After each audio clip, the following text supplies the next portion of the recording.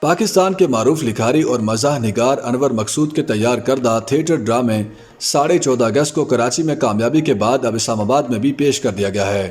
یاد رہے کہ 14.5 اگست کو Karachi arts council of Pakistan میں 14 اگست 2020 سے پیش کیا جا رہا تھا۔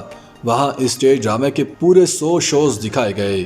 کراچی میں مقبولیت کے جھنڈے گاڑنے والے 14.5 اگست کو اب اسلام آباد کے Pakistan national council of arts میں پیش کر دیا گیا ہے۔ 14.5 اگست کو اسلام آباد میں 7 جنوری سے دکھانے کا آغاز ہو گیا ہے اور یہ 1 ماہ یعنی 7 فروری تک دکھایا جاتا رہے گا۔ انور مقصود کے سیاسی مزاحیہ ڈرامے کو اسلام آباد میں پیش کیے جانے کے حوالے سے پریس کانفرنس کے دوران کراچی آرٹ کونسل کے صدر سید احمد علی شاہ کا کہنا تھا کہ 14.5 اگست کو سندھ کے دارالحکومت میں بہت پسند کیا گیا اور تمام شوز فل ہاؤس ہوا کرتے تھے اور انہیں امید ہے کہ اسلام آباد میں بھی ایسا ہی ہوگا۔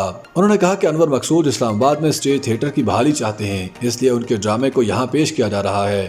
پریس کانفرنس کے دوران انور مقصود کا کہنا تھا کہ 14.5 اگست ان کے دل کے بہت قریب ہے کیونکہ اس وقت ملک کے سیاسی حالات بھی ڈرامے سے ملتے جلتے ہیں۔ انہوں نے بھی امید کا اظہار کیا کہ اسلام آباد کے لوگ ڈرامے کو اتنا ہی پسند کریں گے جتنا اسے کراچی والوں نے پسند کیا۔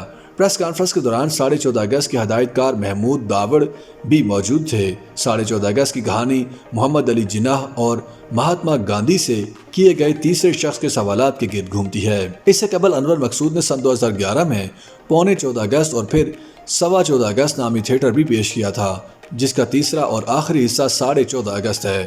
خیال کیا جا رہا ہے کہ اسلام آباد کے بعد 14.5 اگست کو پنجاب کے دارالحکومت لاہور میں بھی پیش کیا جائے گا، تاہم اس حوالے سے ٹیم نے فوری طور پر کوئی اعلان نہیں کیا۔